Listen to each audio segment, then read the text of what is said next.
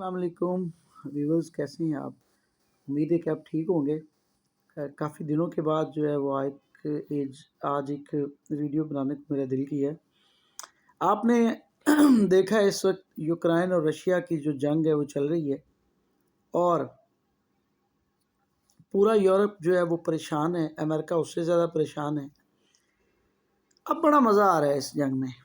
کیسے کہ اس سے پہلے تو مسلمانوں کا خون ضائع ہو رہا تھا، جب مسلمان ذبح ہو رہے تھے یمن کے اندر، فلسطین کے اندر، کشمیر کے اندر۔ اب بھی چیزیں تو چل رہی ہیں، لیکن جس طرح سے شام، عراق، اور انہوں نے جو تباہی انہوں نے مچائی ہے، اور اس وقت دنیا کے سارے دانشور اور یہ وہ بالکل آنکھیں بند کر کے بیٹھے ہوئے۔ اب ان کی چیخیں نکل رہی ہیں، آپ نے دیکھا اب ان کی چیخیں نکل رہی ہیں۔ اب یہ چیخ رہے ہیں، چلا رہے ہیں، اور اوپر سے یہ کہہ رہے ہیں کہ دیکھیں یہ کوئی شام کے پناہ گزین ہے جو ان کے ساتھ یہ سلوک ہو رہا ہے۔ اچھا، یہاں پر 1400 سال پہلے جو آقا علیہ السلام نے بات فرما دی تھی، جس میں قرآن نے کہہ دیا کہ یاد رکھو اے مومنو، یہ یہود و نصارہ ہو ہی نہیں سکتا، ان کو دوست بناتے پھر رہے ہو، یہ ہو ہی نہیں سکتا تمہارے دوست ہوں۔ یہاں چیزیں وہ سچ ہو گئی نا۔ ہاں جی، اب وہ چیزیں سچ ہو رہی ہیں۔ اچھا، اگلی بات اب سنیں، اس سے آگے جو کیا ہونے جا رہا ہے۔ اب آپ نے دیکھا، اچھا ایک چیز تو یہ جنگیں ہوتی ہیں یہ بڑی کیلکولیٹڈ ہوتی ہیں، ہر ملک اپنا ناپ تول کے جنگ کرتا ہے۔ یہ ایسے نہیں ہوتا کہ سڑک پہ جاتے جاتے وہاں لڑائی ہوگی اور وہ نہیں، ایسے نہیں ہوتا۔ جنگیں ہمیشہ پورے پلاننگ سے ہوتی ہیں۔ یہ مجھے ان کا تو نہیں پتا کیا ہے، لیکن میرا ایک تجربہ ہے، چونکہ میں ہسٹری پڑھتا ہوں، حدیث پڑھتا ہوں، قرآن پاک کو پڑھتا ہوں، میں اہل علم کے پاس بیٹھتا ہوں۔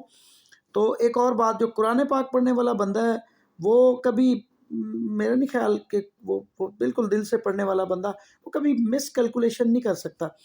میں آپ بتاتا ہوں، اب یہ ساری ناپ تول کے رشیا نے یہ جنگ شروع کی ہے، اس کو پتہ تھا پابندیاں لگیں گی، یہ کوئی نئی بات نہیں ہے ان کے لیے، اس کو پتہ تھا کہ یہ چیزیں ہوں گی۔ اور آپ نے اگلی چیز دیکھی کہ وہ تھوڑا سا محمد بن سلمان بھی، شکر ہے خدا کا، کوئی تھوڑی سی اس نے بھی غیرت دکھائی ہے، اچھی بات ہے۔ اچھا، اب مسلمان ملک جو ہیں وہ تقریباً جو ہیں وہ اس یورپ کے رویے سے اور ان کی عادتوں سے، ان کے کرتوتوں کی وجہ سے وہ بھی اب بڑا کہ ٹھیک ہے، اب پڑھیے نا ان کو اپنی تو اب ذرا ان کو پتہ چلا ہے کہ کیا جنگ ہوتی ہے، بچے کیسے یتیم ہوتے ہیں، اور کیسے عورتیں بیوہ ہوتی ہیں، اور کس طرح سے لوگوں کے اوپر کرائسس آتا ہے، اور یہ چیزیں ہوتی ہیں۔ اب ان کو پتہ چلا ہے کہ درد کیا ہوتا ہے، کیونکہ ان کے گھر میں آگ لگی ہے نا۔ اب ان کو پتہ چلا ہے۔ دوسری بات جو میں کہنا چاہتا تھا وہ یہ میں کہنا چاہتا تھا کہ دیکھیں، کبھی بھی ہم یہ نہ سوچیں کہ جی وہ افغانستان میں ہو گئی تھی تو ہم نے کوئی کمال کر دیا، وہ کوئی کمال شمال نہیں کیا بھائی، وہ خود لڑے ہیں، سیدھی سی بات ہے۔ یہ ہمیں باتیں ہیں آپ کی کہ وہ ہم نے کوئی کمال نہیں، اس میں ہمارا کوئی کمال نہیں، لیکن اصل چیز جو ہے جو میں کہنا چاہتا ہوں وہ یہ ہے کہ دیکھیں، یوکرائن نے اپنا ایٹمی پروگرام جو بند کیا تھا، اور اس نے کہا جی خوشحالی ملے گی ہمیں۔ ہاں جی، اس نے اپنی لڑائی، اپنا اسلحہ اور اپنے دفاع کے اوپر کمپرومائز کیا، اور اس کے بدلے اس نے کیا لیا؟ پیسہ لیا، آسائشیں لی، اچھی زندگی لی۔ تو میں یہاں ایک چیز کہوں گا کہ جو سارا دن لوگ یہ کہتے ہیں نا جی، بولتے رہتے ہیں کہ جی ہمیں یہ نہیں چاہیے، وہ نہیں چاہیے، یہاں اب آپ کو سوچنا چاہیے کہ جس ملک کے پاس ایٹمی صلاحیت ہے، جس ملک کے پاس لڑنے کی طاقت اور جذبہ ہے، وہ کبھی مار نہیں کھائے گا۔